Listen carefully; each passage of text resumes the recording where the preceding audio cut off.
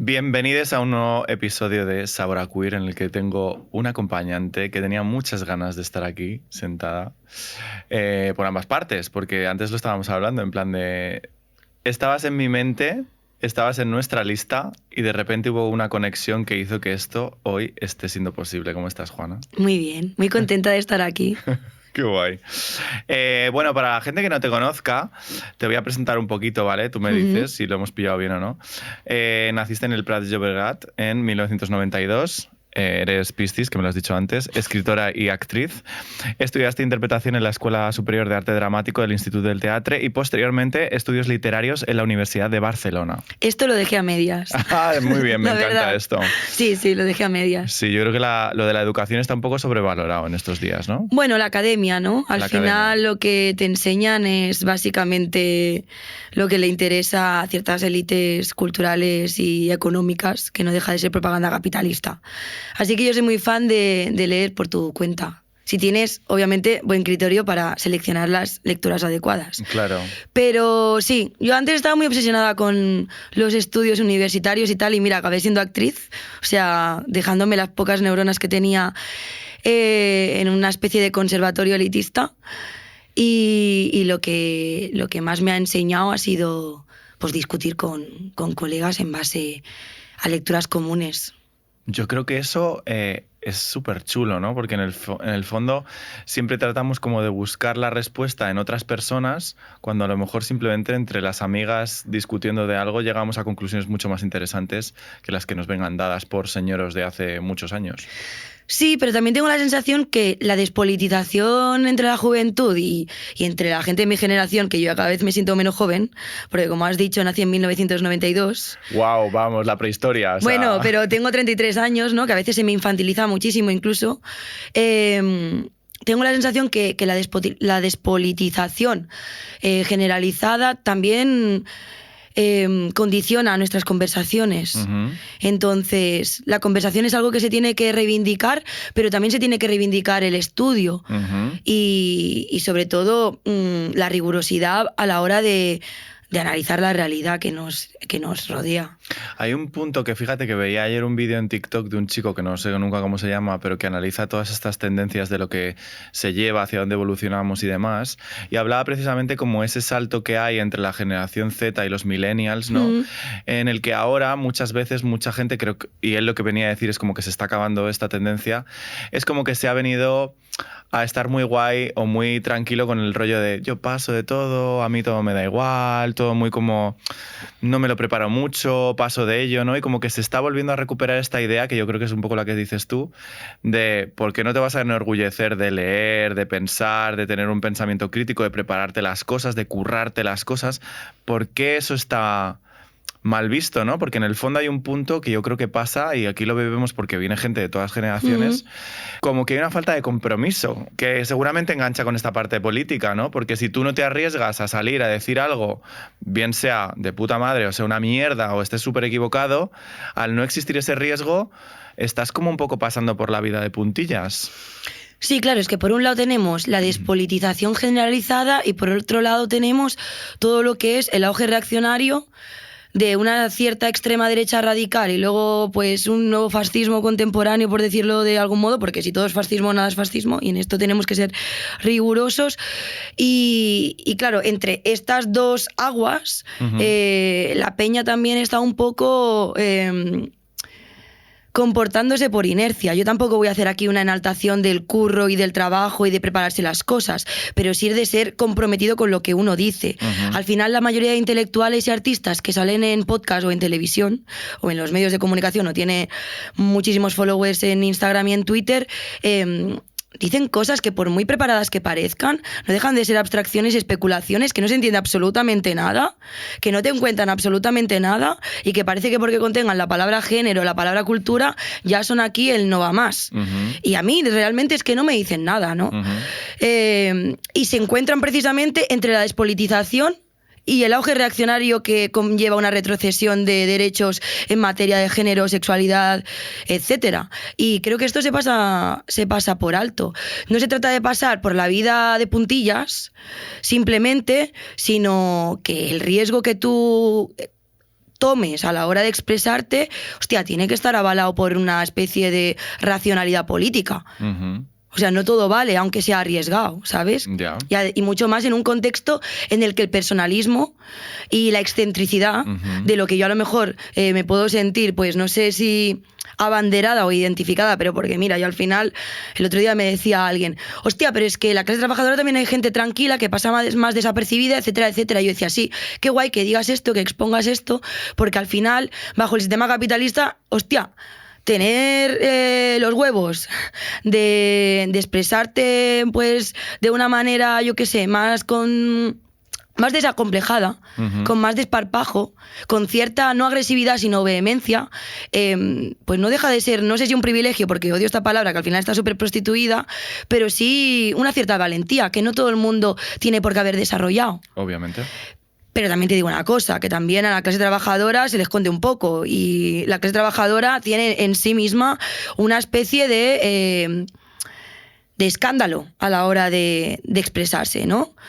Me acuerdo alguien que me corregía por ser un poco vulgar o no decorosa por mi forma de expresarme y es en plan, vente a mi barrio, ¿sabes? Claro. O vente unas navidades a mi casa. Claro. Nosotros no tenemos... A ver cómo nos manejamos, ¿no? Exacto, nosotros no tenemos muchas dotes de clase media, ¿sabes? Claro. Y tampoco pasa nada, o sea, creo que las dos tendencias pueden convivir. Pero en este caso, en el caso en el que los medios de comunicación y las redes sociales y las plataformas digitales lo que hacen es espectacularizar y, por tanto, mercantilizar esta cosa que brilla, ¿no? Esta cosa que pasa por encima de lo ¿cómo decirlo? De lo neutro, de lo tranquilo, y te convierte en personaje o en caricatura. Hay que ser muy riguroso en lo que uno decide expresar, porque no todo vale. Yo tengo la sensación de que en los podcasts y en las redes y tal, todo vale, porque hayas publicado 2 libros, porque hayas hecho 2 obras de teatro, porque tal.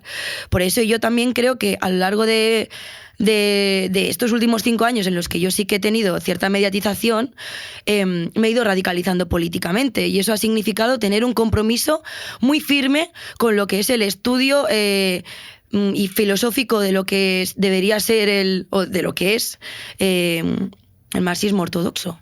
Y cómo se aplica y cómo se actualiza en nuestra contemporaneidad. Vale, entonces, para que yo me entienda, tú cuando te refieres a esto, te refieres a que en el momento en el que tú tomas o sea, una persona, pongamos un ejemplo, que ahora te pediré a ver si me puedes dar algún ejemplo.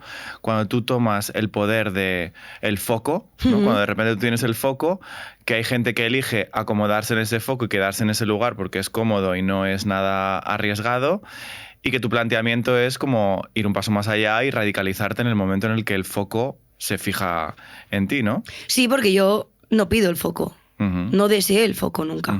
Lo que pasa es que en esta especie de rivalidad y competitividad constante... Sí. Y absurda y cansadísima. Total, pero que caracteriza lo que es la cultura, sí. Pues obviamente la gente desea el foco y hace todo lo posible por conseguirlo. Es así, el foco pues lo podemos materializar en conseguir followers, viralización, exposición, etcétera, ¿no? Y espectacularización de la propia personalidad. Entonces la persona se convierte en mercancía. En mercancía. Como en una especie como de cliché de ti mismo, ¿no? Porque sí. Como que cada vez puede ser más exagerada tu personalidad y tu forma de estar en el mundo, más le va a gustar a la gente, más va a comprar el personaje. Exacto. Y es todo como que Sí. Exacto. Entonces, en mi caso, en el momento en el que el foco se me da, también, obviamente, por mi conciencia de clase, pues no me queda alternativa a obviamente, pues poner orden en mi ideología política y no soltarla sin ningún tipo de fundamento. Porque también hay que problematizar qué es el riesgo. O sea, el riesgo al final es posicionarte contra la burguesía, contra el capitalismo y contra sus dinámicas. Y esto se tiene que hacer rigurosamente, no todo vale. No todo vale y puedes perder la posición que has ganado si el riesgo que tomas es demasiado alto, ¿no? ¿O no? Bueno, yo afortunadamente siempre digo que mi vida no es mi trabajo. Yo me dedico al arte, el arte es mi trabajo, es mi profesión, es mi oficio, pero como mi vida no es mi trabajo, pues el día que no tenga espacio para hacer obras de teatro, pues no sé, me meteré en un Primor y lucharé y trabajaré por organizar una sección sindical, que también me parece algo muy artístico. Total. O sea, no tengo ese complejo, ¿sabes? Ni ese miedo tampoco. Sí. También creo que nos meten mucho miedo a los intelectuales y a los artistas con hablar de política o con posicionarte políticamente y, tío, o sea, a mí es lo que realmente me pone en el foco de mira. ¿Sabes? Es lo que interpela a la gente. Obviamente con una desacomplejación... No, espera, ¿esto cómo se dice? Con un...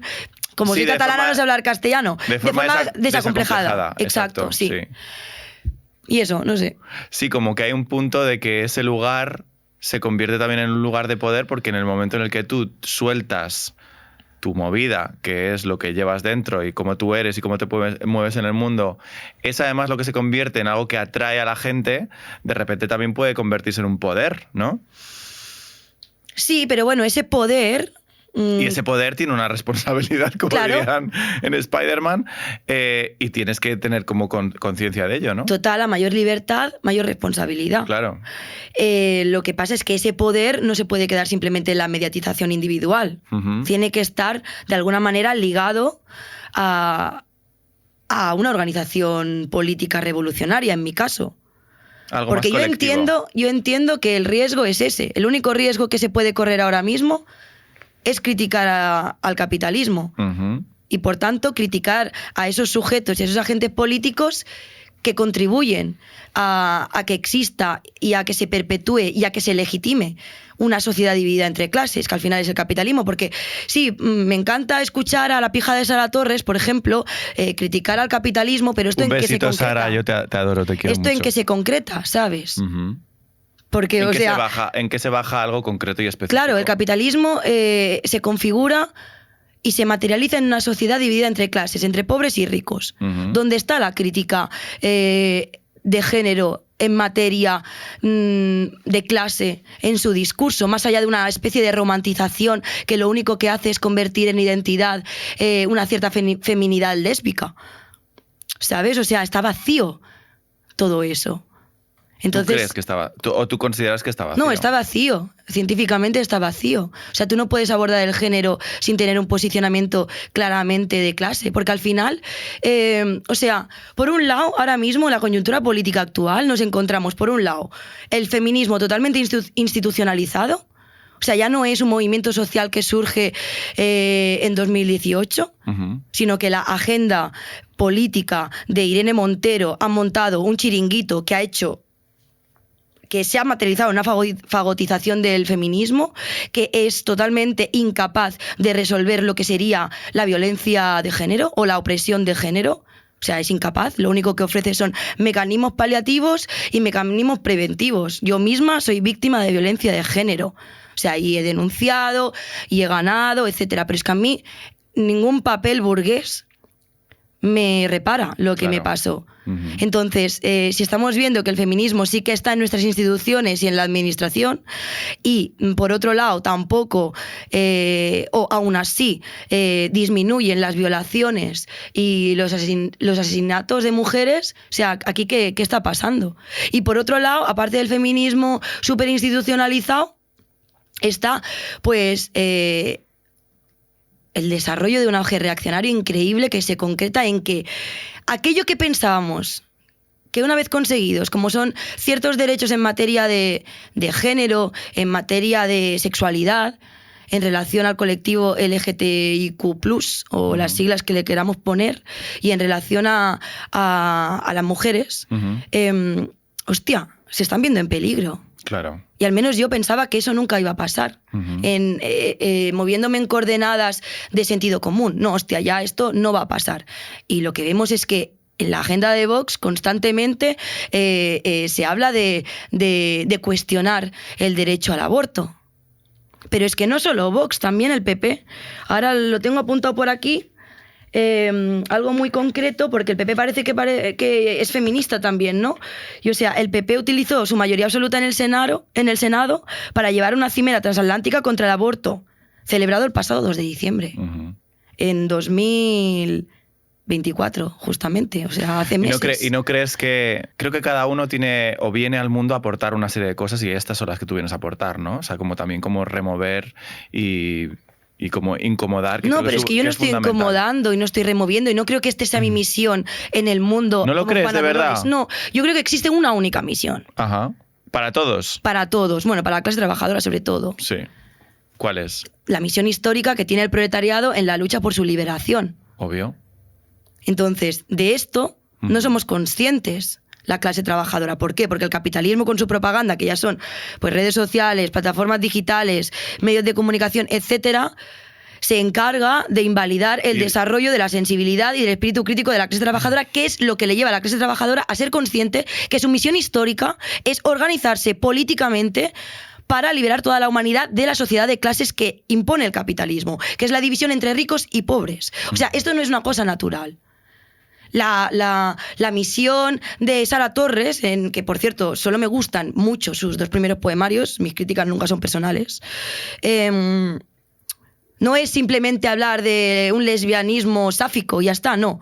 Eso es producto de que ella es una poeta que se encuadra en un academicismo concreto, de una tradición concreta, muy vinculada a lo que es Estados Unidos, porque seguramente estudió en universidades anglosajonas, etcétera, y eso es un producto social, es una consecuencia social. No es que ella esté tocada por una varita mágica espiritualmente y entonces empiece a hablar de lo que Dios le ha otorgado que tiene que decir en este mundo. No, las cosas se tienen que racionalizar. Y las cosas se tienen que abordar de manera científica. Por mucho que a mí se me considere una loca, porque yo soy muy consciente de que si fuera un hombre no se me leería con cierta reticencia, ¿no? O sea, a mí se me considera agresiva, se me considera vehemente, pero es que yo veo muchos hombres expresándose como yo y no tienen esa imagen, claro. ¿Sabes? Entonces yo creo que esto es lo que tenemos que empezar a poner en orden, sobre todo en la cultura, en relación a los intelectuales y los artistas, porque no pueden decir lo que quieran. Y no todo lo que hizo un artista y no todo lo que hizo un intelectual vale. Y encima, en un contexto de auge reaccionario y de feminismo, con un proyecto político, si es que lo ha tenido nunca, que no funciona, porque yo cada vez me siento más alejada del feminismo, tío. O sea, no sé, estoy leyendo sobre ello, pero ¿qué tiene que ofrecernos el feminismo a las mujeres de clase trabajadora? Porque al final el género... La división entre géneros le va muy bien al capitalismo, porque es una manera de enfrentar a la clase trabajadora entre sí.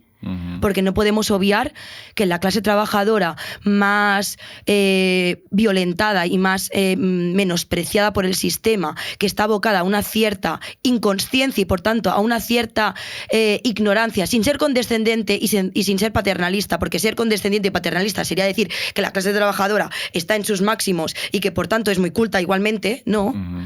O sea, se le arrebata su poder de decisión en torno a su ideología. Hay mucha homofobia, hay mucha transfobia y hay mucho racismo dentro de la clase trabajadora, de algunos sectores de la clase trabajadora, claro, del proletariado, sobre todo del lumpenproletariado. Y eso es totalmente un interés del capitalismo para enfrentar a la clase trabajadora entre ella y que no se pueda organizar contra un mismo enemigo que es el capitalismo. Por ejemplo, tío, no sé, a mí me sorprende muchísimo la fetichización que hay de la violencia sexual. Yo denuncié. Cuando denuncié, no era consciente de la violencia sexual que había recibido. Fui consciente después de hacer terapia, 6 meses después. Tomar conciencia. Y no pude denunciarlo porque significaba una burocratización del proceso que yo no podía soportar ni sostener. Esto lo hemos hablado aquí también con Laura Macaya, que hablábamos del antipunitivismo, ¿no? Y de cómo funciona un sistema que al final lo único que hace es revictimizarte y tampoco termina, como decías antes, reparándote, ¿no? No existe ese lugar de reparación porque al final tiene como otros objetivos el sistema, ¿no? Totalmente, es que se ha fetichizado a la mujer víctima de violencia sexual. ¿Y esto por qué? ¿Y qué consecuencias tiene? El otro día estaba hablando con una amiga de precisamente la fetichización de la mujer violada, de la mujer víctima de violencia sexual, ¿no? Y en los últimos años hemos visto el fenómeno Me Too, todo lo que conllevó el caso de La Manada, y en los últimos meses el caso Errejón y el caso Monedero. Sí. sin ningún tipo de espacio para realmente abordar racionalmente esas cuestiones. Exacto. O sea, lo siento. Si hemos llegado a un punto en el que la única manera que tenemos las mujeres de defendernos o de articular nuestros derechos y nuestras libertades políticas y sexuales, que para mí son lo mismo, mediante anónimos, mensajes anónimos por Instagram, para que una periodista se encargue de recopilarlos y publicarlos en un libro que por mucho que diga que los beneficios económicos están destinados a una asociación, que es su propia asociación, algo falla. Porque esto no es serio. Porque cualquiera puede enviar un mensaje anónimo por Instagram. Y lo digo yo, que me han pegado palizas y me han violado. Y eso ha sido la culminación de la violencia machista que yo he sufrido a lo largo de mi vida. Entonces, como está tan de moda ser víctima, yo me legitimo de ser víctima en ese sentido. Y de ser una tía politizada aparte. Claro. Porque no solo soy víctima. Entonces, esto es nefasto. Esto es nefasto, es un fracaso de la lucha por la libertad de las mujeres, concretamente de las mujeres de clase trabajadora. Porque al final las burguesas lo único que hacen es defender sus intereses económicos, por mucho que se hagan llamar feministas. Entonces a mí me hace cuestionarme mi presencia en ciertas manifestaciones al lado de jefas que explotan a sus trabajadoras. Claro, es que es que es un temazo. Bueno. Y cómo... Es un temazo porque es muy complejo, o sea, que hablas de un montón de cosas y a mí lo que me surge preguntarte es como... ¿Dónde está la luz o dónde se ve la luz dentro de todo esto, ¿no? Porque a la vez creo que sí que está habiendo cada vez más lugares y más espacios en los que sí se puede hablar abiertamente, con consecuencias, ¿no? O pagando precios, como decías antes, ¿no? Pero sí que creo que empieza a haber espacios en los que podemos, bueno, espero que este sea uno de ellos, en el que podamos hablar abiertamente, sin tener miedo y con posturas que sean encontradas para intentar encontrar cuál es la fórmula para salir de esta movida que es, como yo a veces la denomino, una tormenta perfecta, ¿no? Porque es como... está por todos los lados. Totalmente. Lenin, el gran revolucionario comunista ruso, se preguntaba qué hacer y escribió un libro sobre ello, muy interesante, que animo a leer a todo el mundo. No en materia de género, lo tenemos que empezar a escribir ahora. Bueno, yo creo que primero de todo lo que tenemos que hacer es analizar muy bien cuál ha sido el recorrido del feminismo. Asumir que es impotente ante la abolición del machismo. Porque claro, o sea, aquí estamos hablando constantemente de parches, pero el machismo no se está erradicando. Y yo como mujer quiero que el machismo desaparezca. No quiero teorizar más a nivel feminista. No quiero seguir dando por bueno que el feminismo sea un nicho de mercado y un tema de podcast y un tema de artículos y un tema en los medios de comunicación generalistas. Porque es así, o sea, todo va sobre feminismo, pero nadie se pregunta, hostia, ¿qué estamos haciendo mal para que esto no aporte nada en la destrucción del machismo? Y luego también, o sea, hay que tener muy en cuenta que el feminismo hegemónico blanco, que muchas mujeres, tanto cis como trans, se posicionan en contra y lo critican, no simplemente es un feminismo cis blanco, es burgués también. Ay, amiga. ¿Existe la posibilidad de un feminismo de clase? Pues no lo sé, la verdad. Yo no, esa es la gran pregunta, ¿no? Yo no soy muy... Yo no me fío mucho. Entonces, lo que yo sí que me pregunto es, bueno, hay que hacer un análisis también político de la realidad y de cómo es instrumentalizada nuestra condición de mujeres para fomentar ciertos discursos de odio. Porque, por ejemplo, o sea, después de la Guerra Civil estadounidense se creó un clima de legitimidad en torno al mito del negro violador, haciendo hincapié en que la violación era una conducta de raza. Y esto queda muy lejos, parece, pero no es cierto. Lo escuchamos todos los días en la tele. Total, es que en la actualidad se reproduce lo mismo, reforzando el mito del inmigrante violador. ¿No? Entonces, ostras, esto es muy fuerte. Porque al final estamos viendo cómo la violencia sexual está siendo utilizada de muleta para que el auge reaccionario, para que la extrema derecha radical y ciertos discursos fascistas contemporáneos avancen. Efectivamente, cuando tienes a líderes mundiales como Trump, que son violadores. Entonces, claro, ¿qué me va usted a contar de quién viola o deja de violar si usted es un violador? Pero no solo eso, es decir, también está perpetuando todo este contexto cierta socialdemocracia. Irene Montero, con su chiringuito feminista, ya lo decía antes, o Yolanda Díaz, con su otro chiringuito Sumar. Porque están fetichizando constantemente la violencia sexual y eso lo que está haciendo es dando argumentos al fascismo para precisamente atentar contra la población migrante. Cuando está claro que la pobreza está totalmente feminizada y que las mujeres más vulnerables son las proletarias inmigrantes. Claro, el otro día lo hablaba yo que al final es curioso cómo se ha dado un poco la vuelta, ¿no? Y que de repente la gente o estos representantes más del fascismo, del neofascismo, como decías antes, se han convertido en lo punk, en lo reaccionario, en lo que mira la burrada que digo, y sin embargo la izquierda, ¿no? O lo que representa la izquierda, que a mí en general tampoco me gusta mucho hablar de izquierda-derecha, como lo que representa la izquierda o el progresismo, de repente parece que se ha situado en un lugar como de defensa de un Estado, de un funcionamiento de las cosas que, como bien dices, claramente no funciona, ¿no? O sea que no estamos encontrando que funcione y tampoco estamos encontrando realmente una conexión con la gente para que el mundo sea más igualitario para todas, ¿no? Y como que esta lucha de clases realmente avance, ¿no? Contra los poderosos. Totalmente, es que totalmente es eso. O sea, el auge reaccionario avanza porque la socialdemocracia, que es esta cierta izquierda parlamentaria, partidos políticos izquierdosos que tienen cargos profesionales en torno a la política, se demuestran incapaces de solucionar nada. Claro. Porque ¿qué ha solucionado Irene Montero y qué ha solucionado Yolanda Díaz? Es que, insisto, los asesinatos y las violaciones siguen. O sea, es que no han disminuido. Entonces, al final lo que están haciendo este tipo de mujeres burguesas, contra las mujeres de clase trabajadora, es instrumentalizar nuestro sufrimiento para conseguir votos. Me parece nefasto.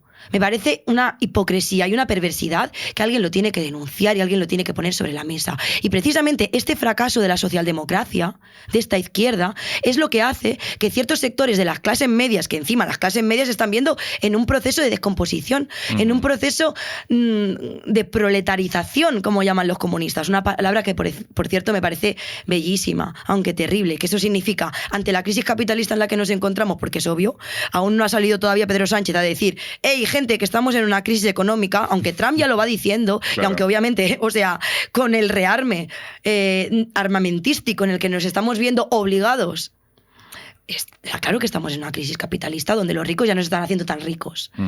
Las clases medias entonces ven en peligro sus intereses económicos y su estatus. Pues eso es lo que hace que ante una izquierda que no da ningún tipo de solución y que encima estén en peligro ciertos intereses económicos que se materializan en un estado de bienestar. Entran unos a darte respuestas simples para solucionar tus problemas y obviamente mucha gente compra el discurso, ¿no? Claro, compra el discurso reaccionario. Entonces, es que aquí... o sea... ¿Y no ves que existe una oportunidad en este sí. Caldito de cultivo que tenemos? Sí, primero de todo, exponer las cuestiones y las problemáticas y las contradicciones, obviamente, que ahora de manera humilde y modestamente pues yo estoy intentando transmitir. Y por otro lado, pensar cuál fue el proyecto político a lo largo de la historia que consiguió que avanzáramos en materia de género. De materia de género, por decirle de algún modo, porque obviamente yo como comunista mi objetivo es la abolición de todos los géneros, la división entre los géneros, ¿no? En materia de derechos y libertades políticas de las mujeres trabajadoras y del colectivo LGTBIQ, ¿sabes? Que no deja de ser uno de los colectivos más, ¿cómo decirlo?, más violentados. O sea, ¿cuál es el problema real de las mujeres trans? Su acceso al mundo laboral y, por tanto, como consecuencia, su situación totalmente precaria a nivel económico. abocadas en muchos casos a la prostitución, al trabajo sexual, que obviamente no voy a entrar en si estoy de acuerdo o no si estoy de acuerdo. Yo creo que ni estar de acuerdo o no estar de acuerdo le hace justicia a la cuestión del trabajo sexual, ¿no? Hay posturas muy conservadoras, hay posturas muy, muy liberales en torno a lo económico, no, para explicarme bien, ¿sabes? Sí. Y ese proyecto político, es decir, el único proyecto político a nivel histórico que se ha dado a lo largo de la historia en defensa de los derechos de las mujeres trabajadoras y del colectivo, es el comunismo. Es que no hay otro. O sea, es así. Por mucho que sí, que obviamente las sufragistas defendieran el voto de las mujeres y tal, pero no dejaba de ser algo muy burgués, porque el voto a las mujeres tampoco nos sirve de mucho, ni ha servido mucho para nuestra emancipación real. Entonces yo creo que lo que tenemos que hacer es empezar a repensar y a imaginar, sobre todo. Yo creo que sobre todo. A imaginar un frente de mujeres comunistas, un frente de mujeres socialistas, actualizando obviamente las tesis del comunismo, porque obviamente pues está claro que en muchos casos ha sido retrógrado. ¿Y quiénes lo lideraban al final? No dejan de ser como... Bueno, tampoco le podemos pedir a tiempos pasados cuestiones de las que ahora somos muy conscientes, ¿no? O sea, sin justificar y sin disculpar, pero sí con ciertas explicaciones históricas. Sí, como que existe la oportunidad, lo que vienes a decir es como que existe la oportunidad, que yo en eso estoy de acuerdo, de reimaginar una forma de organización social que realmente y verdaderamente sea más igualitaria para todas, ¿no? Y eso pasa a veces... Yo que soy un poco astrológica y que estamos como en este momento como muy de energía revolución francesa... A veces pasa por la violencia, ¿no? Por ejecutar a lo mejor la violencia contra esos organismos o esas personas en concreto y en específico que la ejercen de forma sistemática contra la gente, pues la clase trabajadora o la gente que, como bien dices, está obnubilada por un sistema que está tan bien montado que, claro, bastante tengo con sobrevivir mi día a día y mi vida diaria como para ponerme a pensar en cuestiones políticas que realmente me emancipen del lugar en el que estoy, ¿no? Sí, pero no hay otra alternativa. Hay muchas maneras de manifestar la violencia. Yo creo que posicionarse políticamente de manera nítida es violento. Por eso a mí se me lee de cierta forma, claro, ¿no? Pero lo que quiero decir es que sin destruir el capitalismo no vamos a destruir el machismo. Porque el machismo de nuestra contemporaneidad, con sus características particulares que corresponden a nuestra era, ese machismo es producido por el capitalismo. Obviamente que siempre ha existido machismo ligado al sistema económico concreto de la época. El feudalismo pues también creaba sus técnicas machistas. Pero es que estamos bajo el sistema capitalista y tenemos que entender esto. Que tú no puedes abanderarte del feminismo defendiendo ciertas cuestiones burguesas. Porque entonces estás siendo hipócrita y estás mintiendo a la gente o estás equivocado. Entonces, claro, es que me escandalizo muchísimo cuando veo cómo el feminismo se ha convertido en un nicho de mercado, que todo el mundo habla de feminismo, pero que nadie habla de cómo destruir el capitalismo, básicamente porque se les desmontaría el chiringuito. ¿Qué haríamos los comunistas? ¿Qué haríamos en una sociedad sin clases con Sara Torres? ¿Dónde se ubicaría ella? ¿Ella de qué lado está? ¿De los ricos o de los pobres? ¿Del capitalismo o del comunismo? Porque si tan feminista es, tiene que ser muy consciente de que, insisto, el machismo de hoy es producido por el capitalismo, por el sistema capitalista. Entonces es imposible abordar la cuestión de la violencia machista, es imposible abordar la cuestión de la homofobia, de la transfobia, que para mí son violencia machista también, sin un discurso nítidamente revolucionario contra el capitalismo. ¿Y cómo se hace eso? Organizándose políticamente. Sí, ¿cómo se hace eso? Vale, porque eso es muy bonito. Pero ¿cómo se hace eso hoy, ahora? O sea, ¿cómo se empieza y cómo realmente conseguimos pasar a que esto suceda? Que eso pues, es la pregunta del millón, obviamente. tratando de subsistir mientras tanto en el sistema que a día de hoy vivimos, que yo creo que mucha gente, seguramente la gente que nos está escuchando, se preguntará eso también, ¿no? En plan de que sí, genial, precioso, Juana, estoy súper contigo, pero ¿cómo hacemos que esto realmente cambie si yo mañana tengo que pagar la habitación en la que vivo o tengo que lidiar con este sistema que me tiene muy oprimido y que no puedo, pues que no tengo a lo mejor la oportunidad de ponerme delante de un micro como tú tienes en este caso? Bueno, que sirve de poco utilizar un micro si tú no estás organizado políticamente. Voy a ello. Exacto. La clase trabajadora siempre, obviamente, ha estado en condiciones, nefastas a nivel económicas, sociales, culturales, y siempre se ha organizado. Obviamente ahora estamos en un contexto de derrota política del comunismo. Ha triunfado el capitalismo. Esa recomposición organizativa de la clase trabajadora está en unos momentos, pues casi de principios, después de esta derrota. Lo primero que tenemos que hacer es asumir la derrota y empezar desde ahí. Por otro lado, están surgiendo organizaciones revolucionarias en torno a eso. Por ejemplo, ahora estoy en Madrid, he estado en casa de una amiga. Y bueno, pues yo siempre intento como empaparme un poco de allí donde voy. Aquí en Madrid, tanto en Andalucía como por Castilla y tal, yo es que no sé mucho de geografía, ha surgido la CJS, la Coordinadora Juvenil Socialista, que el 8M hicieron una charla que se puede ver en YouTube en relación a todo lo que estoy exponiendo, y ellas lo pueden explicar mucho mejor. Es un espacio de organización política. Es un espacio donde militar, es un espacio donde participar, donde formarte intelectualmente y donde plasmar prácticamente tu formación ideológica. Porque con las ideas simplemente no hacemos nada. Luego, por ejemplo, pues yo qué sé, se me ocurre en el País Vasco. En el País Vasco hay una especie de organización colectivo. Yo es que soy un poco ignorante, a veces me sé las cosas de puntillas o por encima, ¿no? Pero está Italia, que es un frente de mujeres socialistas, es un frente de mujeres comunistas. No confundamos el socialismo con el PSOE, que también vaya tela al PSOE lo que ha hecho con el feminismo, ¿no? O lo que el feminismo al final acababa siendo y por tanto ha servido para que el PSOE se refuerce. Porque ya te digo que yo cada vez estoy más alejada del feminismo, porque también uno... O de esta idea de feminismo, ¿no? Al final. No lo sé. Yo creo que también no hay que tener miedo en posicionarse y en pensar cosas nuevas. Sí, yo creo que hay que pensar algo nuevo, que el feminismo ya está fagocita por el capitalismo, que ya no se puede ir atrás, que su proyecto no funciona. Realmente lo pienso, que ha fracasado. ¿Y no crees que, claro, también, yo a veces lo pienso esto, y seguramente es también bastante polémico, que hay mucha gente que gracias a este feminismo, ¿no?, ha llegado a un lugar de poder? ¿Por qué?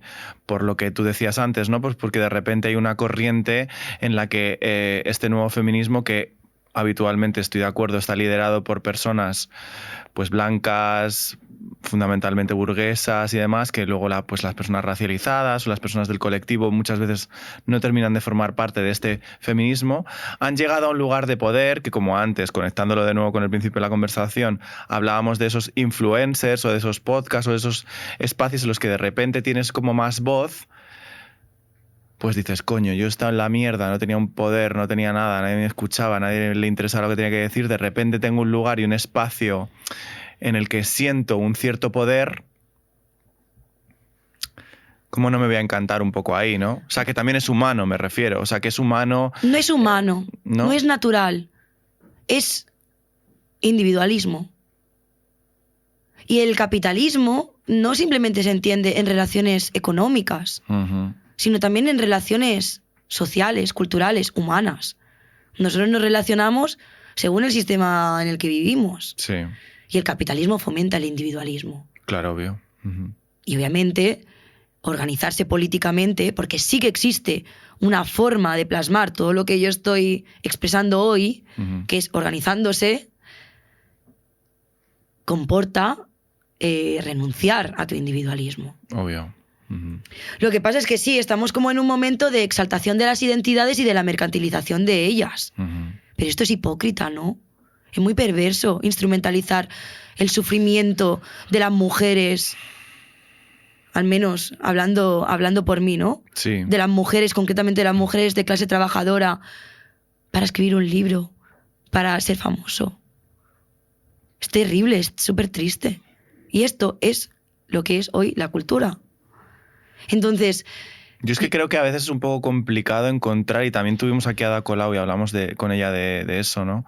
De cómo su trayectoria política antes de entrar en la política institucional y cómo ella se hizo famosa por aquel vídeo en el que le quería tirar el zapato a un señor, o sea, y dijo, no le tiro el zapato porque me quiero quedar aquí a decirle esto, Y hablábamos un poco de qué difícil es a veces encontrar, bueno, cada uno encuentra su lugar desde donde lucha, ¿no? Y tú, entiendo por tu posicionamiento, que entiendes que no se puede luchar desde dentro. Es decir, que en el momento en el que aceptas las reglas de este sistema y juegas dentro de él, no lo puedes dinamitar desde dentro porque ya estás desde dentro. Solo lo puedes hacer organizándote desde fuera. Con la clase trabajadora. Con la clase trabajadora. Organizándote con la clase trabajadora.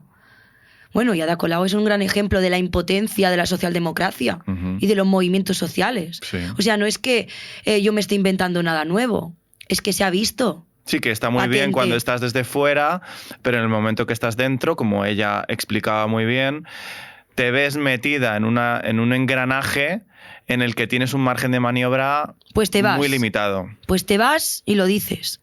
No te quedas no sé cuántos años más chupando del bote. ¿Sabes? Es que yo voy a decir que es humano, pero tú vas a decir que eso no es humano. No, no es humano. Responde al individualismo, a los intereses económicos de cada uno, a los intereses partidistas. No es humano, no se puede naturalizar. Es que entonces estaríamos naturalizando la existencia de los ricos y de los pobres. ¿Sabes? Y es muy fuerte aceptar y reconocer que no es humano nada de lo que está pasando, que no es natural nada de lo que está pasando, porque entonces te coloca en un posicionamiento en el que obviamente, perdona la redundancia, te tienes que posicionar. Yo es que creo que estamos en el momento de que hay que posicionarse, es decir, pero no solo posicionarse, podemos estar tibiamente hablando de las cosas, sino que hay que posicionarse de palabra y de acción. Exacto. Es decir, en acción te tienes que posicionar, no solamente hablando, que hablando pues es fácil hablar, claro. Exacto. Obviamente. Y para ello, obviamente, hay que empezar con una especie de rearmamento ideológico. Ahora que hablamos tanto de rearmamento, ¿no? Ideológico, por favor. Bueno, es un rearmamento ideológico también el rearmamento bélico, pero ideológico en pro de los beneficios capitalistas, obviamente. Sí. Pero lo que quería decir, para empezar hay que ser conscientes que con la derrota del comunismo y con la victoria del capitalismo necesitamos rearmarnos ideológicamente. Todos aquellos artistas y todos aquellos intelectuales que realmente estemos convencidos de que nuestro compromiso va mucho más allá de la individualidad. En relación a los derechos y las libertades de las mujeres, en contra de la homofobia, en contra de la transfobia, y reconociendo que es imposible todo eso sin reconocer que esta sociedad de clases, dividida entre clases, es precisamente el elemento que fomenta todas esas violencias. Pero claro, como artista, ¿no? Como creador, ¿cómo te posicionas desde ese lugar que tú planteas sin hacer uso del capital? Porque al final... A ver, todos vivimos bajo el sistema capitalista. No hay un dentro y un fuera. La misoginia está fuera y dentro de nuestras organizaciones. Y es así. Lo que pasa es que el posicionamiento ante la misoginia en una organización revolucionaria es muy diferente a la misoginia fuera de una organización revolucionaria. O así al menos lo imagino yo. Estoy hablando a nivel personal. Es así, nadie se escapa de la misoginia como nadie se escapa del capitalismo. Ahora, lo que hay que hacer es construir mecanismos contra eso. Y como artistas, ¿qué es lo que consideras que podemos aportar o qué crees que se puede aportar para que esto...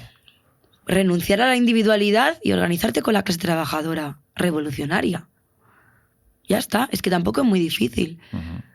Obviamente habrá intelectuales y artistas pues que por ciertas condiciones y contextos su implicación en una organización revolucionaria sea X o sea Y, pero al menos, no sé, entender, comprender el proyecto político del comunismo y defenderlo. Y no seguir haciéndole el juego a la socialdemocracia, porque al final el arte está como muy insertado en ciertas posturas progresistas que no sirven de nada, que son impotentes, que ya lo hemos visto. Entonces, creo que tenemos que hacer una autocrítica muy fuerte. Yo creo que Samantha Hudson la está haciendo. Con el podcast de Bombificadas, creo que se llama. Bimboficadas, lo siento. Sí. Bombificadas, es el bombo. Sí, la bomba. La bomba. Yo no veo podcast ni los escucho ni nada. Queer, sí, veo ¿no? Sabor a Queer sí, pero porque yo soy un gay en un cuerpo de mujer cis sin voluntad ni deseo de transicionar. Entonces, a las personas que has entrevistado, pues a muchas de ellas las admiro, ¿no? Pero no soy una persona que escuche muchos podcasts y que mire la tele o que esté mucho en redes. Yo publico muchas cosas, pero realmente estás a tu bola. Miro poco, estoy un poco...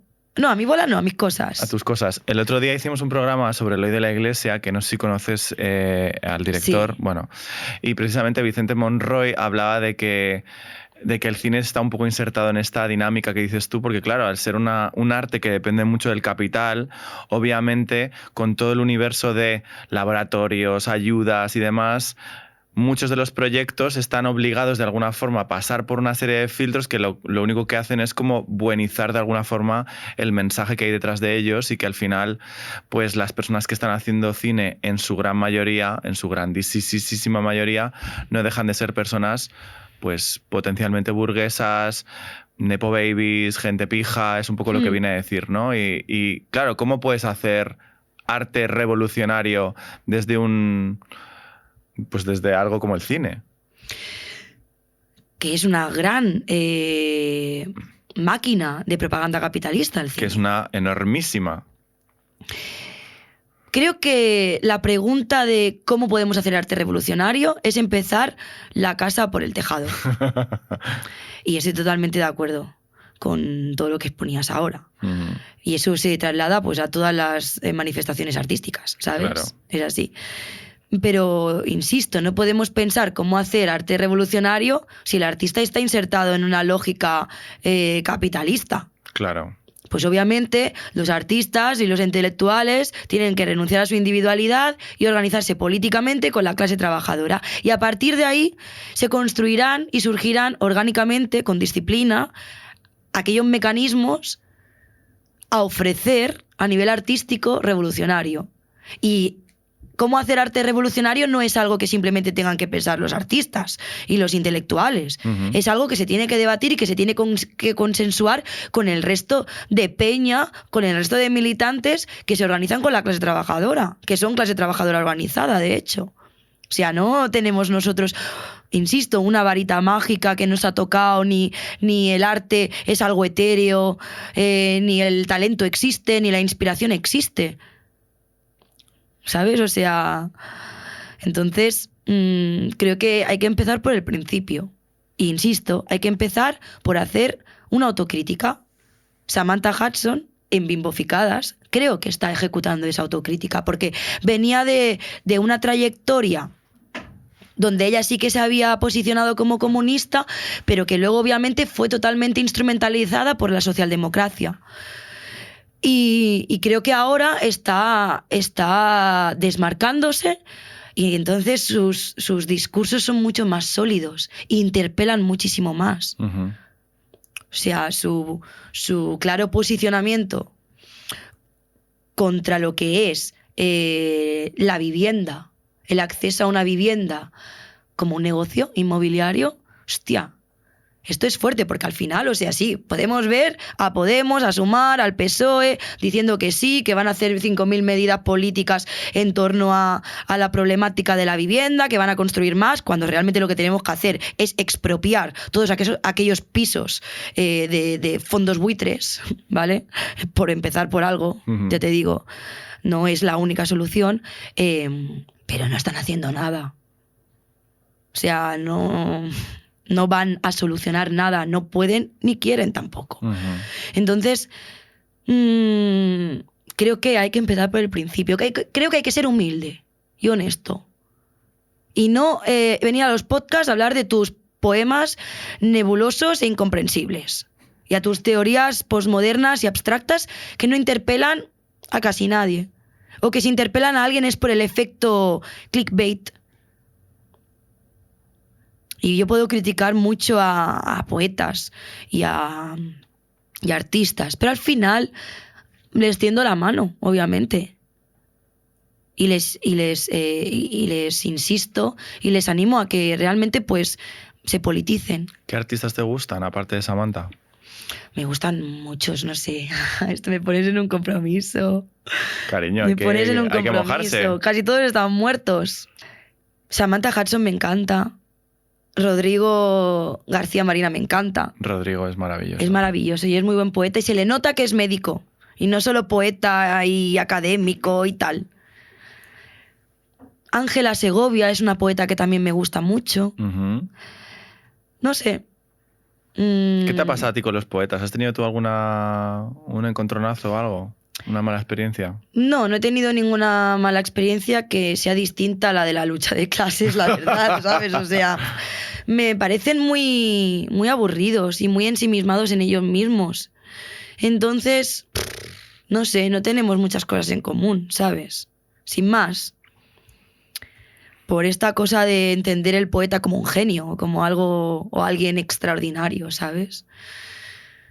Sin más. Pero sí que veo que existe la figura de poeta influencer. Ujú. Y que, por favor, ser poeta, o sea, la mayoría de poetas son bastante discretos y no están en los medios de comunicación, ¿sabes? O sea, al final, si llegas a poder pagarte el alquiler siendo poeta, no es mi caso, porque yo me pago el alquiler haciendo obras de teatro, que es un trabajo bastante técnico en la mayoría de su desarrollo, ¿sabes? Ya es la leche, vamos, que te puedas pagar haciendo teatro. Sí. De manera muy precaria, pero al menos hago lo que me da la gana, ya te digo. O sea, que tampoco es que haya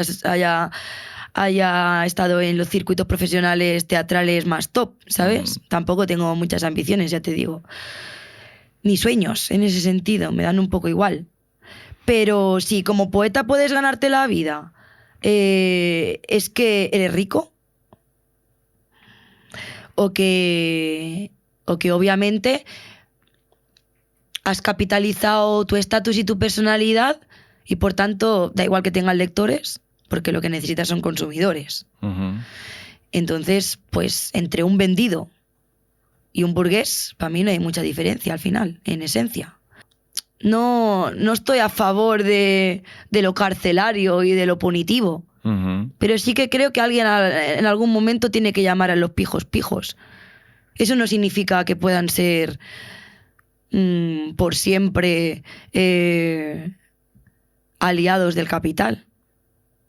También pueden retractarse. Ujú. Y creo que en un momento de auge reaccionario y de retroceso de derechos y libertades en cuestión de género, creo que Sara Torres se enmarca ahí.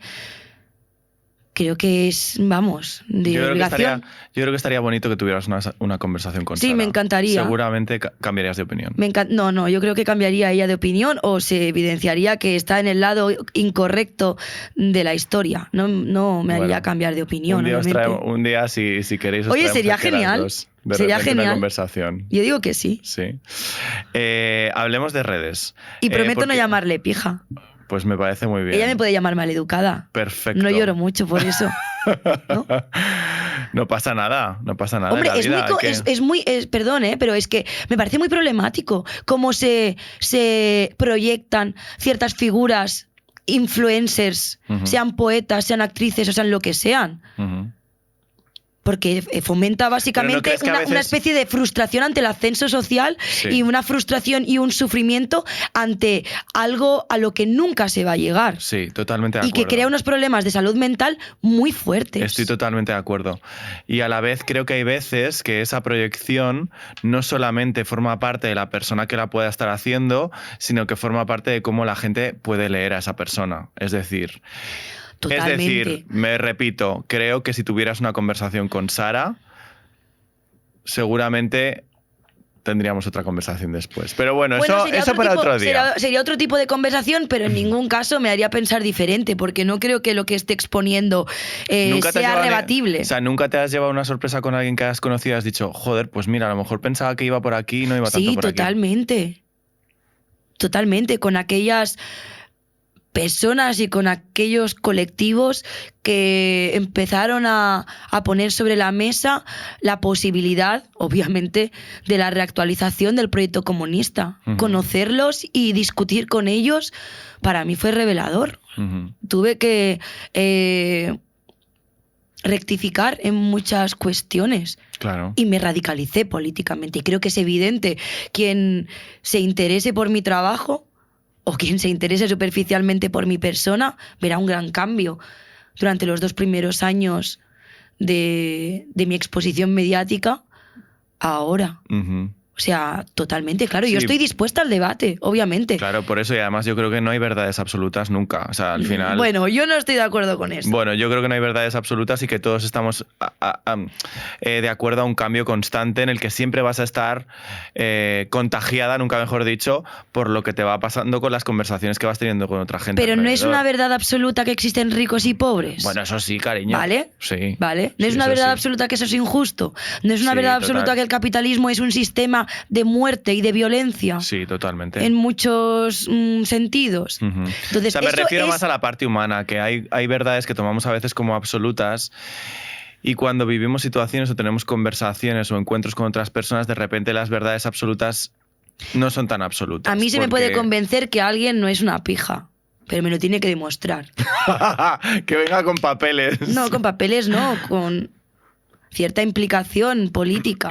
Antes estabas diciendo que te querías hacer TikTok, ¿no? O sea, fan del momento de ver cómo tú gestionas este momento del TikTok y cómo lo llevas. Y no sé si has visto una serie que se llama Adolescence en Netflix. No. Es interesante, es muy chula. Yo le invito a la gente a que la vea porque precisamente habla de la problemática de la violencia sexual y de violencia machista y asesinatos, ¿no? En este caso, a través de la adolescencia, ¿no? Que lo trata con un chaval de 14 años, ¿no? Son capítulos que están contados además en una toma única, 4 o 5 capítulos, no recuerdo. Y es bastante interesante ver cómo desde las redes, ¿no? De estos lugares como TikTok, Instagram y demás, los Reels, los podcasts y demás, ¿no? Se está generando como un discurso que apela a muchos chavales jóvenes que están perdidísimos o que se sienten súper frustrados porque de repente no son los reyes del mundo y se agarran normalmente a estos tíos, ¿no? Hablan de Andrew Tate y toda esta gentuza que básicamente te dan como de nuevo lo que decíamos antes, ¿no? Soluciones fáciles para cómo gestionar tu rabia y normalmente esa rabia va dirigida obviamente contra las mujeres, ¿no? ¿Cómo hacemos con las redes? ¿Qué piensas tú de esta situación? De cómo tratar de revertir esto, porque claro, si te sales fuera, no estás, pero entonces claro, ese discurso toma un poder que es un poco yo creo que la misma estrategia que hemos visto con los partidos de ultraderecha, en plan de si me siento, porque me siento, si le ignoro, porque le ignoro. O sea, ¿tú qué piensas de esto? Creo que las redes sociales y las plataformas digitales, internet en general, no es malo de por sí. Claro. Es malo el uso que se hace de ellas bajo el sistema capitalista. Y que están lideradas por quien están lideradas y que hacen push del contenido. Totalmente. Con un cierto interés, ¿no? Y que hay que ser muy consciente, muy crítico de cómo en relación a las mujeres se está defendiendo una vuelta, un retroceso al papel tradicional doméstico de las mujeres. Bueno, Rorro. las tradwives. Rorro es un gran ejemplo de eso, es que es evidente. O sea, ella legitima el lugar de la mujer en casa, hacerle la comida a su novio, ser una chica mona, etcétera, etcétera, etcétera. Algo que parece aparentemente inofensivo, pero por otro lado está siendo totalmente instrumentalizada. Eso parece, aunque yo no lo creo. Aunque yo no lo creo, que sea simplemente una instrumentalización. Porque, hostia, tú te enteras un poco, ¿no?, de quién te lleva a los sitios. Obviamente. Ella fue a Valencia después de la tragedia de la Dana con las juventudes de Vox, que son revuelta. Me da igual que ella diga, es que no me enteré, es que yo simplemente fui a ayudar. Mira, basta. Mi algoritmo en Instagram está totalmente lleno de propaganda del fenómeno Girl Boss, del fenómeno Girly, de mujeres que de hecho se abanderan de ser unas mantenidas Porque claro, o sea, la mayoría de mujeres que pueden dedicarse a que su trabajo sea su perfil de Instagram, cocinando, vistiéndose y ordenando la casa, son mujeres que tienen pues un estatus económico concreto. O mantenidas, que no dejan de ser burguesas, porque solo las burguesas se pueden permitir ser mantenidas, o mujeres con ya un poder adquisitivo económico muy alto. Que es la gran mayoría de la gente que se dedica a ser puramente influencer de determinados temas.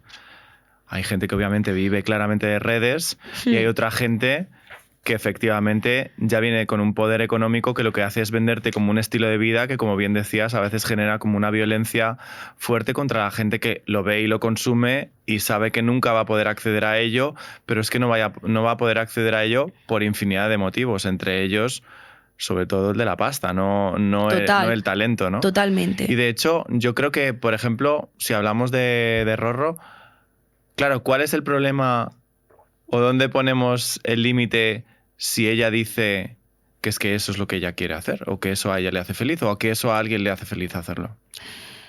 Mira, no sé, me da igual la felicidad de Rorro. Las cosas hay que analizarlas históricamente, políticamente, socialmente, culturalmente y económicamente. Tu felicidad me importa una de manera racional, ¿sabes? Y al final Rorro es un producto del auge reaccionario del que te hablaba. Porque a ver, muy consciente ella, yo creo, de lo que estaba haciendo desde el principio. Tampoco me importa mucho su conciencia y su inconsciencia, pero lo que está claro es que es un producto del auge reaccionario. ¿Y por qué? Porque al final el auge reaccionario también se caracteriza por considerar una cierta degeneración de la cultura del presente, de una cierta nostalgia de que el pasado fue mejor. ¿Qué pasado? Claro, ¿qué pasado? ¿Qué pasado? ¿Sabes? O sea, yo qué sé, hay una construcción idealizada de lo que había estado en la etapa del bienestar del capitalismo del siglo XX que demanda recuperar eso que se ha perdido, ¿sabes? Que, entonces, claro, la ocupación doméstica de las mujeres, incluso muy ligado a una cierta romantización de las relaciones sexoafectivas, que fomenta y que defiende la familia nuclear burguesa, que es básicamente la organización principal del capitalismo, de la reproducción del capitalismo. Pues yo creo que está bastante claro. Y que aparte, es un hecho, como ¿no? desde ahí, claro, como ya está un concepto tan marcado de vida y de forma de organización y de forma de, bueno, incluso de acceder a tu felicidad, ¿no? O a tu construcción como persona, hay un punto que todas aquellas personas que difieren de ese sistema o de esa forma de organización, ¿cómo logran acceder a esa felicidad si lo que te han contado que es ser feliz es tener un marido o una pareja estable, con hijos o con familia, y si quieres organizarte de otra forma o vivir de otra forma, ¿no? Como que es necesario ver más retratos de personas que están siendo disidentes de un sistema sexoafectivo, de sexo-género, para que la gente entienda que hay otras formas de estar en el mundo que no solamente es esta. ¿Y sabes qué? Eso que tú estás diciendo, el único proyecto político que lo defiende y que fue el primero que lo teorizó es el comunismo.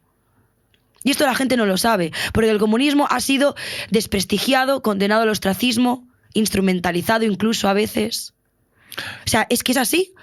Engels es el que critica el modelo de familia nuclear burguesa.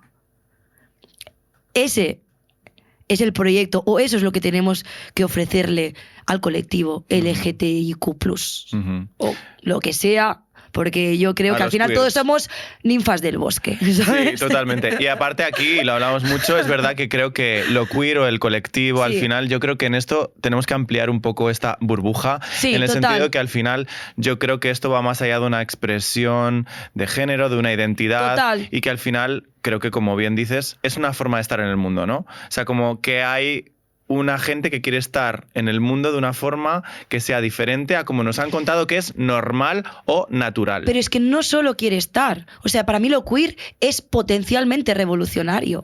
Porque se contrapone y atenta contra todos aquellos modelos normativos capitalistas. Y de esto yo creo que también lo queer, si es que es algo, ¿no? Que a veces también se objetualiza mucho, tiene que hacerse cargo de ello, de su potencialidad revolucionaria contra el capitalismo. Y de su indefinición, que eso es lo que a la gente más nerviosa le pone, lo de no estar definido. A mí no me pone tan nerviosa eso, porque al final, pues yo creo que aquello que nos une es la clase, ¿sabes? Y no es una identidad la clase.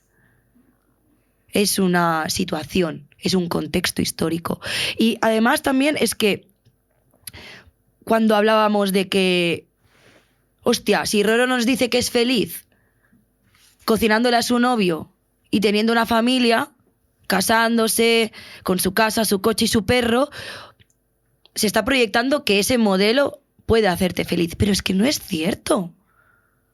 Es que no es cierto. Es que la infelicidad que produce el hecho de mantenerte en un matrimonio durante años y años y años porque no tienes independencia económica y dependes de tu marido o simplemente dependes de tener una pareja, porque estamos viendo casos de parejas que rompen y que siguen conviviendo, que puede ser que pueda pasar, pero bueno, vamos, las parejas no se están configurando como para que pueda ser algo sano convivir en el mismo piso, ¿sabes? A lo mejor en otro mundo eso sería posible, ¿sabes? No es cierto. Hay que pagar el alquiler, hay que pagar la luz, hay que pagar el agua, hay que pagar el coche, si se puede acceder a tener coche, hay que pagar su mantenimiento. Tener hijos cuesta dinero bajo el sistema capitalista. El modelo de familia nuclear burguesa no es que no solo te haga infeliz, sino que es muy poco realizable para la mayoría de la gente. Porque la mayoría de la gente es clase trabajadora. Entonces, me da igual la felicidad de Roro, no es una felicidad real. Es una felicidad en relación a su estatus económico y a sus intereses sociales y culturales, ¿sabes? Que al final lo que refuerza es una idealización del pasado. ¿Y de qué pasado? Lo repito todo el rato. Porque Bueno, al final cuando la gente habla del pasado, habla de determinados pasados que le vienen bien hablar a ellos o a ellas de ese pasado, pero hay muchos pasados a lo largo de la historia y podíamos quedarnos con las mejores partes de todos los pasados que hemos vivido, ¿no? Pero elegimos como un pasado que nos viene bien por determinadas circunstancias. Claro, o sea, claro, totalmente. No nos quedamos con lo que viene bien de todos los pasados que hemos vivido. Hablando también de identidad, que me parece que es un tema bastante interesante en tu caso, ¿no? Aunque tú no eres influencer ni vienes a hablar de ti misma, sino que vienes a hablar de lo colectivo, que esto me gusta mucho. Y creo que además esto está muy guay, ¿no? Porque es como que creo que cada vez más está como ampliando esta idea de que la gente deje de hablar tanto de porque yo, que está muy bien hablar también desde el yo, y hablar más desde lo colectivo y más desde que lo que te pasa a ti me toca con lo mío y que al final estamos todas entrelazadas en la misma mierda. Totalmente. Es verdad. El año pasado se estrenaron 2 pelis catalanas que lo han petado bastante, como El 47 y Casa en Flamas, y me gustaría saber si las has visto, lo primero, y cuál es tu posicionamiento con esta identidad de del charneguismo, ¿no? Un poco de lo charnego. ¿Cómo te sientes tú en esa situación desde, bueno, pues esta mezcla andaluza-catalana que tienes en tus venas? No he visto las películas. Vale. No me interesa el charneguismo. Creo que es un debate que da clickbait. Pero, no sé. Creo que fetichiza la construcción de una identidad que realmente no tiene nada que ver con la procedencia, sino con la clase. A mí mis padres, pues mira, yo qué sé, me han transmitido mucho más que son pobres que son andaluces. Claro. ¿Sabes? Entonces es que es algo que me parece totalmente fuera de moda. Totalmente de modé, totalmente obsoleto, y que basta ya de, por favor, instrumentalizar como temas cuestiones que son muy serias, como es la migración, porque mis padres migraron de Andalucía a Cataluña porque cerraron las minas de su pueblo y se vació, entonces tuvieron que irse a otro sitio a buscar trabajo, ¿sabes?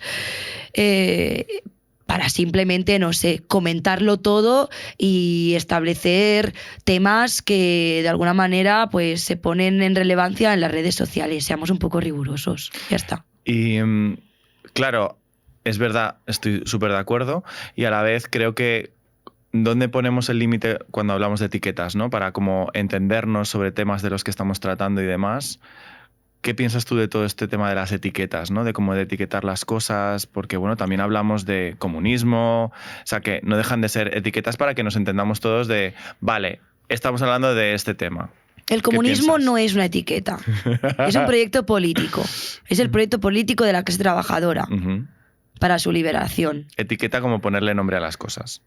Bueno, las cosas se tienen que llamar de algún nombre, que si no, no existen. Claro. Lo que pasa es que yo creo que te refieres más a lo que es las identidades.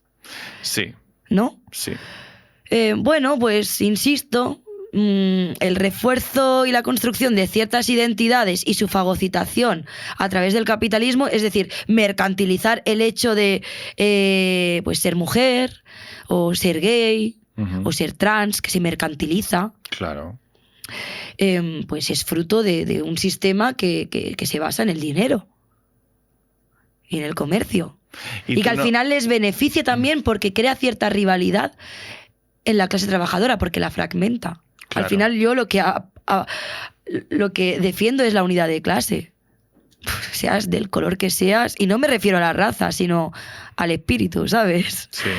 No sé. Y además es una realidad como una casa, ¿no? Pero entonces tú no estás de acuerdo que la estrategia sea hazte fuerte dentro de ese lugar que te da fuerza y utiliza ese poder dentro del sistema para revertirlo contra el mismo. No hay nada que hacer dentro del sistema. Es que, o sea, Yolanda Díaz e Irene Montero son un gran ejemplo de que no hay nada que hacer dentro del sistema. Y Ada Colau también. O sea, no es algo que me esté inventando porque soy antisistema, o porque soy una escandalosa, o porque quiera polemizar, o porque sea simplemente, yo qué sé, anti todo. No, es que es así. O sea, insisto, el feminismo no tiene ningún tipo de proyecto, y si lo ha tenido alguna vez, ha fracasado en eso que tenemos que plantearnos, obviamente, que es destruir el machismo, abolir el machismo, pero que no lo podemos hacer sin, obviamente, destruir este sistema, que es el que perpetúa violaciones y feminicidios, y la transfobia y la homofobia, insisto. Entonces, no sé, no hay nada que hacer dentro del sistema. ¿Que alguna vez pude pensarlo? Sí, claro. Sobre todo cuando se me puso por primera vez un micro delante. La primera vez no, la segunda, la tercera, la cuarta. Pero es que no. Desgraciadamente, no sé si desgraciadamente, porque obviamente es un hecho histórico y racional, pero eso no significa que en algún momento pueda suceder que, yo qué sé, un proyecto político revolucionario llegue al Parlamento a destruirlo todo. Pero tiene que tener legitimidad. Y para que tenga legitimidad, tiene que ser un proyecto político que interpele a las masas. Ahí está, claro. Y que no sean simplemente grupúsculos de nerds que leen El Capital. ¿Vale? Que leer El Capital está muy bien y es necesario. Pero basta ya, o sea, yo no quiero reunirme con 4 frikis que leen El Capital y hacerme pajas mentales y ya está, no. O sea, yo quiero que eso se plasme en la práctica. Entonces yo creo que la única forma es, pues eso, organizar a la clase trabajadora imaginando la posibilidad de un proyecto político revolucionario, comunista, de masas, que interpele a todo el mundo, a toda la diversidad de la clase trabajadora. Y que, por tanto, con la legitimidad de la gente, con la legitimidad de la clase, tenga sentido tener cierta presencia en un escenario parlamentario. Pero ahora, es que ahora la política también se basa mucho como en personalismo, ¿no? Sí. En lo coach, en lo empresarial, en coach. buscar caras. Y los líderes se tienen que construir de otra manera, ¿sabes? No a partir de TikTok. Los líderes revolucionarios tienen que tener la legitimidad de aquello que les gusta llamar pueblo, que ya no existe, que es la clase trabajadora, porque se ha prostituido tanto que el pueblo al final no deja de ser un concepto interclasista como el feminismo, que esto me lo dejaba. El feminismo es algo interclasista, no hay mucha manera de salir de ahí. Y si decimos que para destruir el machismo, para destruir la transfobia y la homofobia, para abolir la violencia machista, la violencia de género, la opresión de género, hay que destruir el capitalismo, o sea, el feminismo, si es interclasista, no tiene mucho que ofrecer. Entonces, yo creo que los tiros van por ahí. No hablo de cosas abstractas. No. Vas muy clarita. Yo te iba a preguntar cuál sería tu crítica al comunismo. Bueno, creo que, ¿sabes? Como soy poeta, me puedo permitir estos términos a la hora de expresarme. Yo creo que si el comunismo... Ahora no me vengas con cosas así súper genéricas, de qué bonito, nada, no sé voy a qué. ser súper concreta. Exacto. La poesía tiene que ver con la concreción. Vale, venga. La sensibilidad no tiene nada que ver con la abstracción y la especulación, aunque parezca mentira. Yo creo que el proyecto comunista, si en su momento falló, fue por factores que tienen que ver con la posibilidad de que ese proyecto a nivel histórico se diera y fuera victorioso. Uh-huh. Y esto lo dejamos aquí. Quien quiera ahondar más, pues que vaya a las fuentes que lo desarrollan mucho mejor que yo. Pero creo también que no saber interpelar de manera efectiva a mujeres y yo qué sé, a otro tipo de sujeto que no fuera el hombre blanco heterosexual, pues tuvo que ver con ello seguramente. Aún así, es que te digo, el comunismo está muy criminalizado. Uh-huh. O sea, los primeros avances en relación a la lucha de las mujeres, que son políticas socialistas, son propuestas socialistas, ¿sabes? Es que esto es historia. Ahora, ¿qué crítica le puedo hacer? Pues yo qué sé, al Exacto, comunismo de hoy, ¿no? Pues no sé, yo creo que tenemos que ser muy conscientes de eso, que la misoginia existe, ¿no? Y que no vivimos fuera y dentro del capitalismo, que no existe esa especie de burbuja donde podemos ser totalmente impolutos en relación a lo revolucionario, porque obviamente la misoginia no tiene nada de revolucionario, ¿no? No sé, pues eso. Porque yo creo que muchas veces es la crítica de alguien que pueda escuchar esta conversación y diga, oh, qué bonitas las ideas. Pero a ver, qué te digo una cosa, que los comunistas en Barcelona son gays y son girls. Es que también la gente tiene mucha desconfianza a consecuencia de su ignorancia. Yo creo que el comunismo, no sé, el comunismo... tiene algo de gay no encarnado en un hombre, ¿sabes? Cis, para Exacto, nada. Porque exacto. también se tiene que criticar mucho eso, ¿sabes? Bastante. Pero bueno, que tío, que a quien no le guste, que se ponga gafas de sol, porque el comunismo viene brillando, ¿sabes? Es así. Es lo puto más. Pero es que es así, ¿sabes? Y eso es lo que tenemos Pero la que crítica, ¿dónde reivindicar. está? La misoginia, solo le criticamos Bueno, la misoginia. tengo muchas críticas, pero o sea, es que no sé.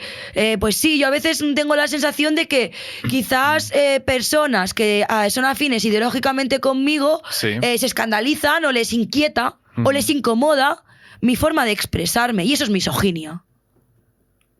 Lo siento, pero eso es misoginia, lo siento. Lo pienso así. Y no estoy pensando, perdón, en nadie concreto, pero sí que soy lista, ¿sabes? Y soy muy consciente que en cierta heterosexualidad masculina les asusto porque les descoloca mi expresión de género y mi vehemencia y mi manera de argumentarme, porque yo no soy académica, ¿sabes? Y lo académico tiene que ver mucho con la heterosexualidad masculina, ¿eh? Uh-huh. O sea, y eso, ya está.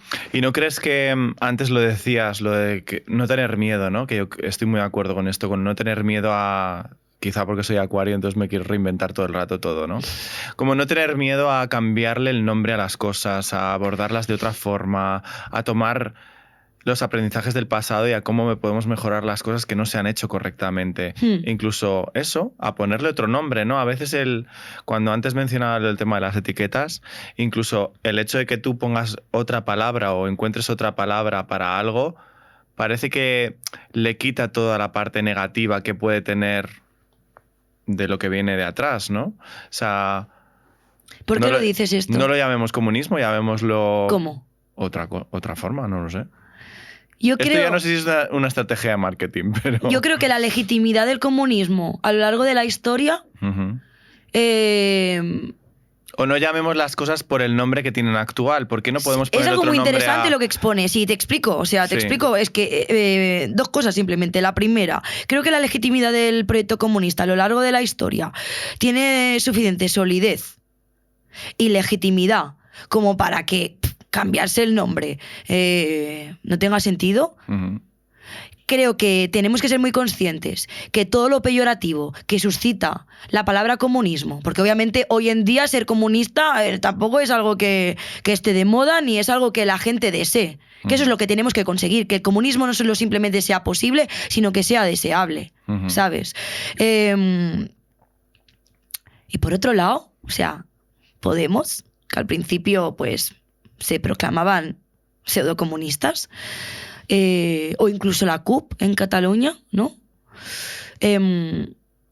Intentaron hacer eso. Intentaron esconder, y lo escondieron, que eran comunistas, ¿sabes? Me acuerdo cuando Pablo Iglesias salía en la tele y le decían, tú eres comunista, Venezuela, no sé qué, no sé cuántos. Perdón, antes me he equivocado, pues... que todo este desprestigio de la palabra comunista y tal y cual y no sé qué, esto tiene que ver con la propaganda capitalista. O sea, el capitalismo ha hecho todo lo posible para desprestigiar al comunismo, para que esa palabra suene mal, ¿sabes? Para que eso no sea deseable, para que eso sea imposible. Y no solo imposible, sino negativo para la clase trabajadora. Y por otro lado, o sea, es que ya te digo, Podemos... y la CUP, en su momento, en sus inicios, que bueno, tenían algunos tintes comunistas y tal y cual, ¿no? Alguna referencia a Gramsci y algo así, no se posicionaron, tampoco porque no les interesó, porque dejaron de ser comunistas muy rápido, ¿sabes? Posicionarse como comunistas. Yo me acuerdo cuando salía Pablo Iglesias en la tele, comunista, Venezuela, hostia, ¿qué hubiera pasado si hubiera dicho, sí, soy comunista? Y obviamente a Venezuela hay que hacerle unas críticas, que además son procesos... revolucionarios nacionalistas, ¿sabes? Tampoco es que Venezuela y Cuba llegaran nunca al comunismo, ¿sabes? Que también aquí también hay una especie de fetichización y tal. ¿Pero qué hubiera pasado? Pues que se hubiera tenido que hacer cargo de toda la tradición revolucionaria comunista. La única manera de salir de todo este embrollo, de la crisis capitalista en la que nos encontramos, de la proletarización de las clases medias, que significa también el empobrecimiento de la peña en general, que se materializa en no poder acceder a una vivienda, que es así, que esto es terrible. Terrible. ¿Vale? Terrible, terrible, que lo terrible. Hemos naturalizado como si fuera algo normal. Es derribar la dictadura de la burguesía. Punto. No hay términos medios. Los términos medios son la socialdemocracia, son Podemos, son Sumar, y ya se ha evidenciado que son impotentes e incapaces, y que incluso en defensa de sus intereses políticos y económicos, obviamente, no funcionan. Es que es así, es que la lucha de clases es una lucha histórica, ¿sabes? Además es que estamos en un momento histórico en el que está claro que a nivel material y nivel técnico tenemos todas las posibilidades y todos los mecanismos para destruir este sistema y que realmente la sociedad se organice de otra manera. Y que no existan ricos y pobres, y que no exista la explotación de la clase trabajadora. Y ser muy conscientes que aquellos sujetos más explotados, por tanto, más víctimas del capitalismo, son precisamente pues disidencias sexuales, mujeres, personas racializadas. No creo que se pueda aplicar el binarismo de género a esta especie de dualidad entre ricos y pobres, de dualidad entre el proletariado y la burguesía. Es que son hechos históricos que existe la burguesía y el proletariado por otro lado. En cambio, no son hechos históricos que exista el hombre y la mujer. No son hechos científicos, ¿sabes? Y precisamente el binarismo de género es perpetuado por el capitalismo, que no deja de ser una especie, y aquí me tiro a la piscina, una especie de sofisticación civilizatoria de lo que es el feudalismo. Porque con la Revolución Francesa que tú dices, al final le acabaron cortando la cabeza a los más revolucionarios. Pero al final fue la victoria de la burguesía, ¿sabes? La burguesía también hizo su revolución y también falló muchas veces. Claro. Porque a lo largo de la historia, pues obviamente no vas a conseguir las cosas así. No. Hay procesos históricos, ¿sabes? Que fomentan que una revolución sea posible o no, o que tenga más ventaja o no. Y lo que yo creo es que en el contexto de crisis capitalista en la que estamos ahora, que lo que hace es actualizar su autoritarismo, ¿no? Su control y su agresividad más salvaje, es un buen momento para hacer autocrítica, para organizarse políticamente y para empezar a imaginar una revolución. Creo que estamos en un contexto histórico propicio para ello. Yo creo que esto es un lugar bastante interesante para concluir la conversación. Yo creo que también. Porque, ¿qué dirías si a alguien que nos está escuchando que le remueve todo esto, que yo creo que, y estoy muy de acuerdo contigo en que estamos en ese momento, o sea, quizá también porque soy ascendente Sagitario y soy muy optimista, y quizás soy un poco optimista y creo que hay que serlo en los momentos en los que vivimos, como dejar que es muy complicado y seguramente, aunque no nos gusta, decías la palabra privilegio, sí hay un cierto privilegio en el poder tomar conciencia a veces de las cosas porque quizá tenemos el espacio o tengo el espacio para poder hacerlo, como dejar de creernos tanto todo esto que nos están metiendo por todos los lados de información, de odio y de agresividad y de violencia hacia nuestra existencia y nuestra forma de estar en el mundo y conectarnos profundamente a esta idea de lo que vienes a decir, que al final es como libertad, ¿no? Hablar de la verdadera libertad, yo creo que es que el mundo sea un lugar más justo para todas, ¿no? Y para la gente que todo esto le esté removiendo y que nos esté escuchando, si tuviera que empezar por algo o hacer algo, pregunta muy de podcast, ¿qué recomendarías? Un pasito, ¿sabes? ¿Cuál sería un primer pasito para alguien que dijera, joder, quiero empezar a poder hacer una cosa, ¿sabes? Una cosa. Leer los principios fundamentales del comunismo, no se llama así, pero es algo así, de Marx y Engels. Y a las ninfas del bosque, sobre todo, les recomiendo leer a Kollontai, a Luxemburgo y a Zetkin, 3 revolucionarias comunistas, y que se interesen por el proyecto revolucionario comunista. Bueno, esto es redundante, ¿no? No sé, eso. Simplemente. Y que mire a su alrededor, ¿no? Y que no todo es natural, o casi nada. Que las cosas no son así porque sí. Que el estado actual de las cosas no es algo dado. Y que se haga preguntas. Que en su situación de explotación no es algo que se merezca.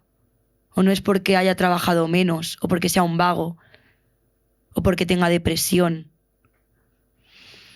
sino porque es algo que le interesa al capitalismo, por ende a la burguesía, y que no hay otra que vivir esta vida, que es una, sin tener sentimiento, sin tener complejo de esclavo. Y que esto pasa por la organización política, obviamente. Que hay que juntarse.